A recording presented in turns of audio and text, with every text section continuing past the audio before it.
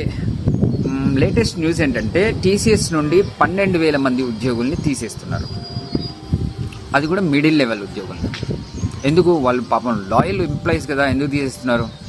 Simple, కంపెనీస్కి loyalty తోటి పని లేదు, వాళ్ళకి ప్రాఫిట్స్ తోటే ఎక్కువ పని ఉంటుంది.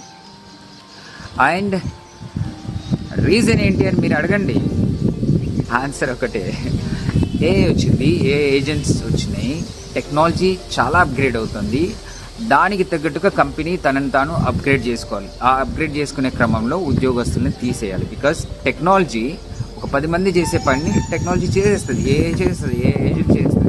ఏ ఏజెంట్స్ ఇంకా చాలా ఎక్కువ పని చేస్తాయి. అండ్ ఎంప్లాయీస్ అలిగినట్టుగా టెక్నాలజీ అలగదు కదా, 24 hours పనిచేస్తూనే ఉంటుంది. సో ఇది పరిస్థితి. ఉద్యోగం వచ్చింది కదా, లేకపోతే నేను డిగ్రీ చేసిన కదా, పీజీ చేసిన కదా, నాకు ఒక ఉద్యోగం వచ్చేస్తుంది, ఇక నేను సేఫ్ అయిపోయినా అని అనుకుంటే మాత్రం కష్టం. మళ్ళీ ఎట్లా, ఏం చేద్దాం? మీరే చెప్పండి.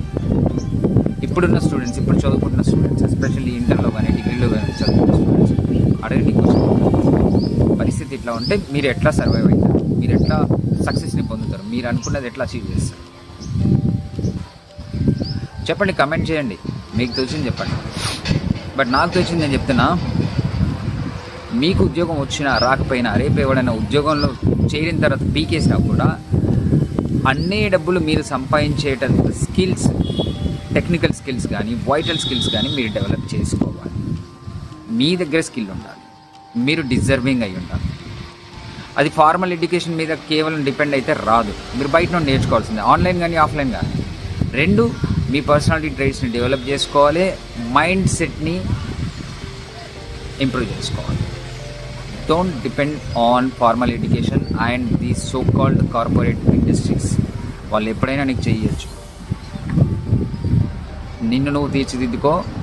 ఎవడు ఉద్యోగం ఇచ్చినా ఇవ్వకపోయినా నీ అంతటి నువ్వు బతికేటట్టు తయారుగా.